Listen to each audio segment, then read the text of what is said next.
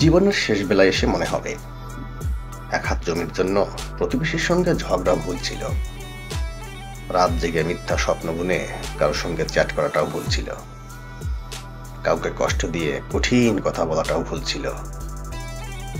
দুর্বল কাউকে ভয় দেখিয়ে নিজের ক্ষমতা দেখানো ভুল ছিল। শেষ বেলায় মনে হবে ক্লাসের সবচেয়ে মেধাবী ছাত্র না হলেও জীবনে খুব বড় ক্ষতি হয়নি। অনেক টাকা রোজগার করতে না পারলেও বড় কোনো ক্ষতি হয়নি। জীবনের শেষ সময় এসে কষ্ট ছাড়া একটু স্বাভাবিক মৃত্যু হবে, এটা শেষ যাওয়া। শেষ বেলায় মনে হবে মানুষের দোয়াই ছিল সবচেয়ে মূল্যবান সম্পদ, যেটা আমি অর্জন করতে পারিনি। মানুষের মনে কষ্ট দেওয়াই ছিল সবচেয়ে বড় ভুল। শ্বাসকষ্টের মাঝে আটকে থাকার নিঃশ্বাসের কষ্টে শুধু মানুষের দোয়াটাই মনে হবে সবচেয়ে মূল্যবান। অথচ এত কিছু ভেবেও আমরা যৌবনকালে নিজেদের নিয়ন্ত্রণ করতে পারি না।